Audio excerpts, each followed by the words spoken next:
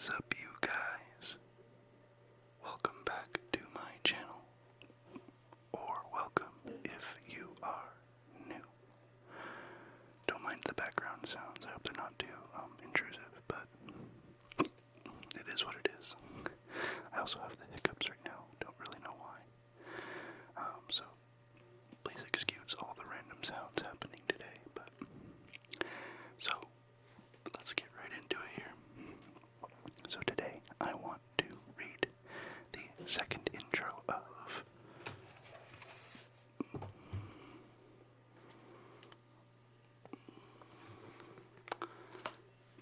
the Kybalion. The video of the first part did very well for my channel, so I want to continue on and possibly just make this into its own little series of reading the whole book. So today we're going to read the second introduction and possibly the first chapter. We'll see. We'll see how much time we've got. But yeah, I guess let's go ahead and get started here.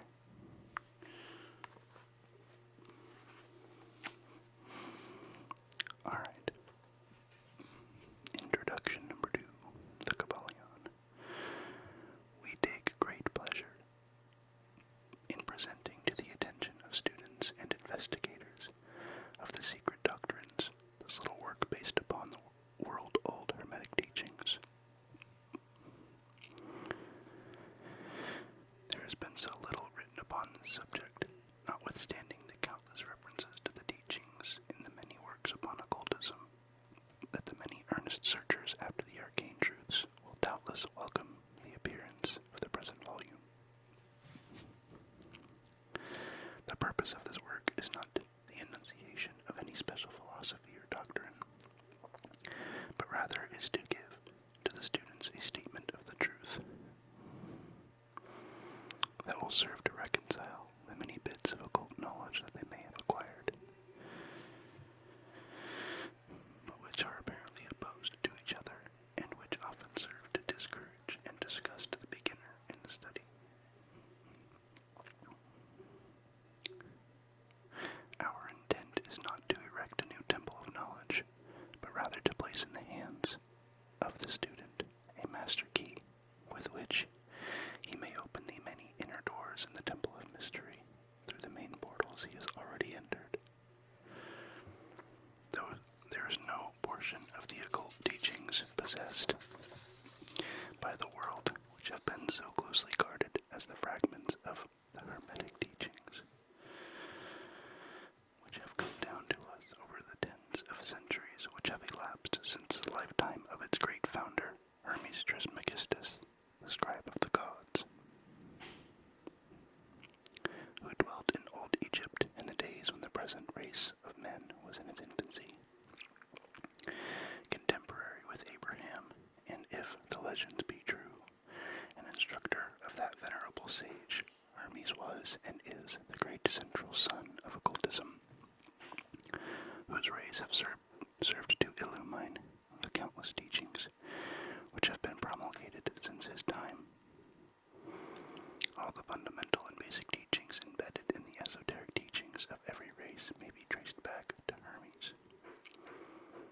Even the most ancient teachings of India undoubtedly have their roots in the original Hermetic teachings.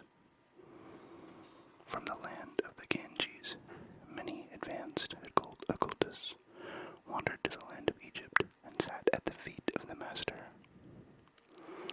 From him they obtained the master key, which explained and reconciled their divergent views, and thus the secret doctrine was firmly established.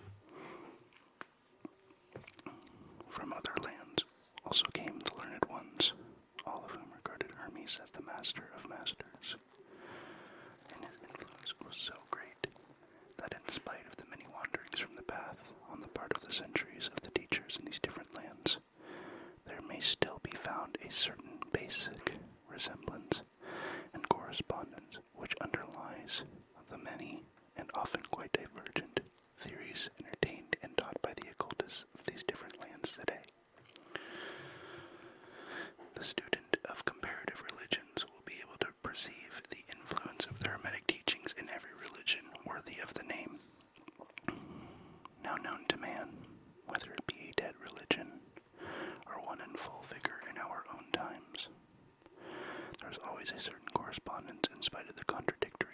masters and the Hermetic teachings act as the great reconciler. The life work of Hermes seems to have been in the direction of planting the great seed truth, which has grown and blossomed in so many strange forms, rather than to establish a school of philosophy which would dominate the world's thought. But, nevertheless, the original truths taught by him have been kept intact in their original purity by a few men in each age, who, refusing great numbers of half-developed students and followers, followed the Hermetic custom and reserved their truth for the few who were ready to comprehend and master it. From lip to ear, the truth has been handed down among the few. There have always been a few initiates in each generation, in the various lands of the earth, who kept alive the sacred flame of the Hermetic teachings, and such have always been willing to use their lamps to relight the lesser lamps of the outside world. When the light of truth grew dim and clouded by reason and neglect, and when the wicks became clogged with foreign matter, there were always a few to tend faithfully to the altar of truth, upon which was kept alight the perpetual lamp of wisdom. These men devoted their lives to the labor of love, which the poet has so well stated in his lines. Oh, let not the flame die out, cherished age after age. Cherished age after age, in its dark cavern, in its holy temples cherished, fed by pure ministers of love, let not the flames die out. These men have never sought popular approval, nor numbers of followers. They are indifferent to these things, for they know how few there are in each generation who are ready for the truth, or who would recognize it if it were presented to them. They reserve the strong meat for men, while others furnish the milk for babes. They reserve their pearls of wisdom for the few elect, who recognize their value and who wear them in their crowns instead of casting them before the materialistic vulgar swine, who would trample them in the mud and mix them with their disgusting mental food.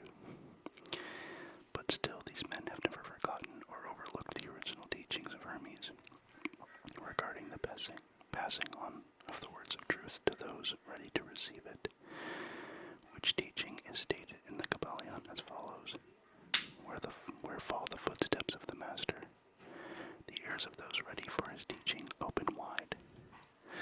And again, when the ears of the student are ready to hear, then cometh the lips to fill them with wisdom. But their customary attitude has always been strictly in accordance with the other Hermetic aphorism, also in the Kybalion. The lips of wisdom are closed, except to the ears of understanding. There are those who have criticized this attitude of the Hermetists, and who have claimed that they did not manifest the proper spirit in their policy of seclusion and reticence. But a moment's glance back over the pages of history will show the wisdom of the masters, who knew the folly of attempting to teach the world that which it was neither ready or willing to receive. The Hermetists have never sought to be martyrs, and have instead sat silently aside with a pitying smile on their closed lips, while the heathen raged noisily about them, in their customary amusement of putting to death and torture the honest but misguided enthusiasts, who imagined that they could force upon a race of barbarians the truth capable of being understood only by the elect who had advanced along the path. And the spirit of persecution has not yet died out in the land. There are certain Hermetic teachings which, if publicly promulgated, would bring down upon the teachers a great cry of scorn and revilement from the multitude, who would again raise the cry of "Crucify, crucify, crucify." I added one. In this little work, we have endeavored to give you an idea of the fundamental teachings of the Kybalion, striving to give you the working principles, leaving you to apply them to yourselves, or leaving you to apply them yourselves, rather than attempting to work out the teaching in detail. If you are a true student, you will be able to work out and apply these principles. If not, then you yourself into one, for otherwise the Hermetic teachings will be as words, words, words to you. I don't know why my lip, it just is so bad right here. So that's just the introduction, and I'm only not even 12 minutes in, so I think we could probably read the first chapter. So yeah, we'll go ahead and do that.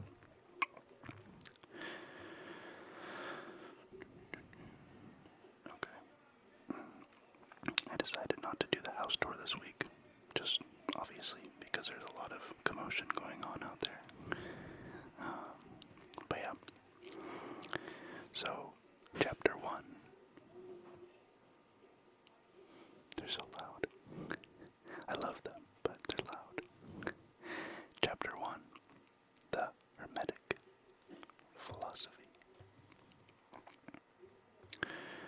From old Egypt have come the fundamental esoteric and occult teachings which have so strongly influenced the philosophies of all races, nations, and peoples.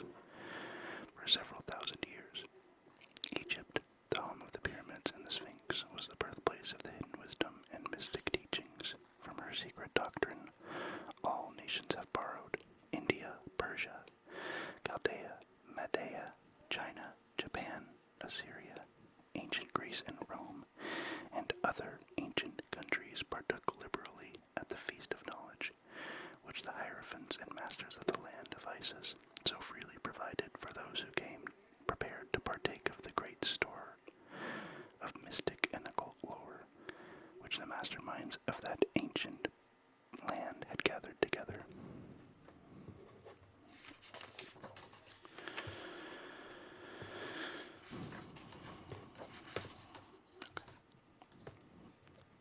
In ancient Egypt dwelt the great adepts and masters who have never been surpassed and who seldom have been equaled.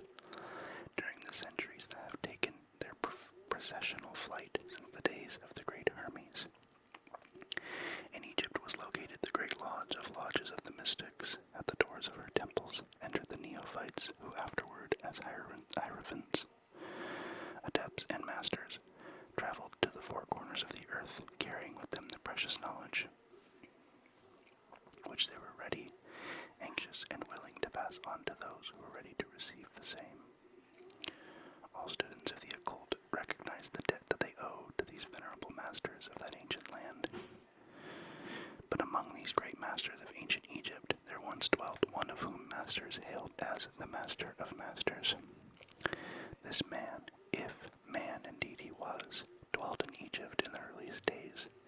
He was known as Hermes Trismegistus.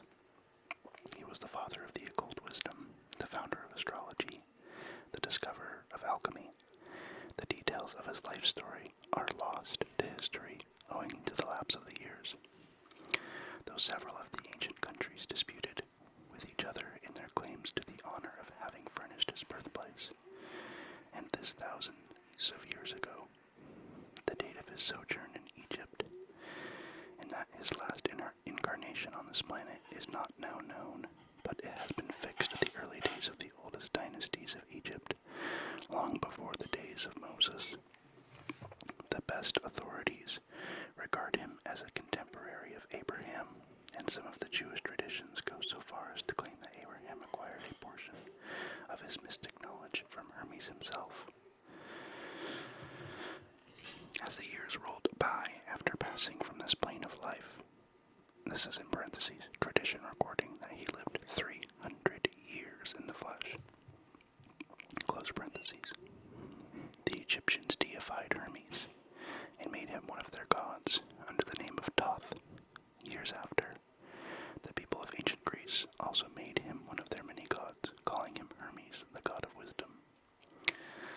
The Egyptians revered his memory for many centuries, yes, tens of centuries, calling him the scribe of the gods, and bestowing upon him distinctively his ancient title, Trismegistus, which means the thrice great, the great great, the greatest great, etc. In all the ancient lands, the name of Hermes Trismegistus was revered, the name being synonymous with the fount of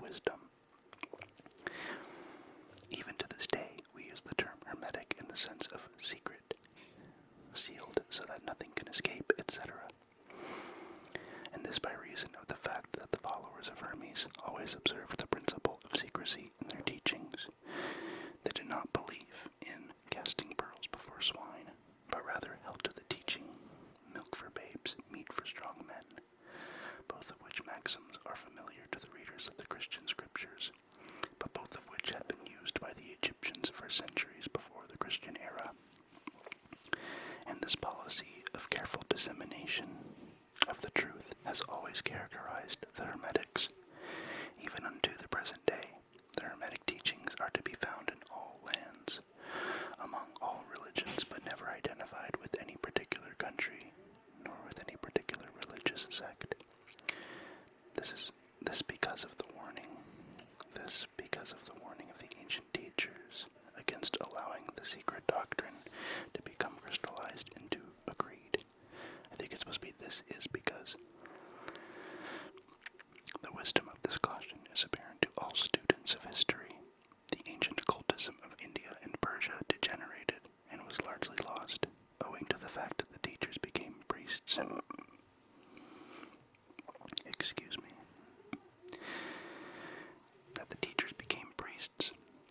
and so mixed theology with the philosophy, the result being that the occultism of India and Persia has been gradually lost amidst the mass of religious superstition, cults, creeds, and gods.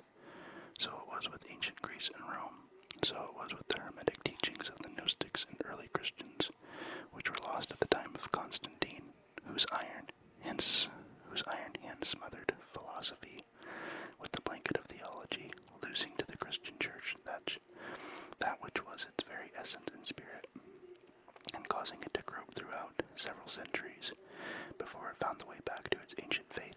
The indications apparent to all careful observers in this 12th century being that the church is now struggling to get back to its ancient mystic teachings. But there were always a few faithful souls who kept alive the flame, tending it carefully and not allowing its light to become extinguished. And thanks to these staunch hearts and fearless minds, we have the truth still with us. But it is not found in books to any great extent. It has been passed along from master to student. I seriously can't get this right today. Sorry guys, I kinda suck today. It has been passed along from master to student, from initiate to hierophant, from lip to ear.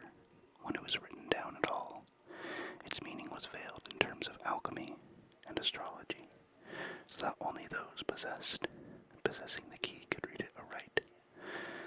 This was made necessary in order to avoid the persecutions of the theologians of the Middle Ages, who fought the secret doctrine with fire and sword, stake, gibbet, and cross. Even to this day, there will be found but few reliable books on the Hermetic philosophy, although there are countless references to it in many books written on various bases of occultism.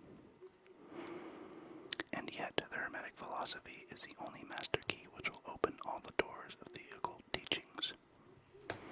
In the early days, there was a compilation of certain basic Hermetic doctrines passed on from teacher to student, which was known as the Kybalion. The exact significance and meaning of the terms having been lost for several centuries. This teaching, however, is known to many, whom it has descended from mouth to ear, on and on throughout the centuries. Its precepts have never been written down or printed, so far as we know. It was merely a collection of maxims, axioms, and precepts which were non-understandable to outsiders, but which were readily understood by students. After the axioms, maxims, and precepts had been explained and exemplified by the Hermetic initiates to their neophytes,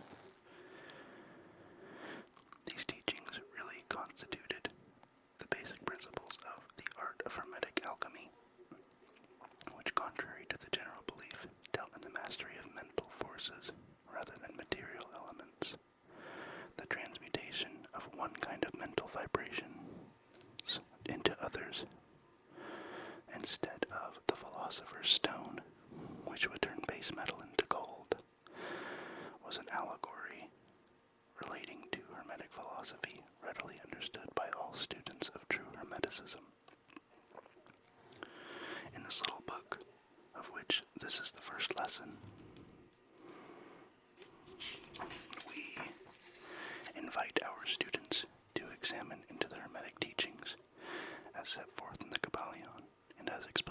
ourselves, humble students of the teachings, who while bearing the title of initiates are still students at the feet of Hermes, the Master.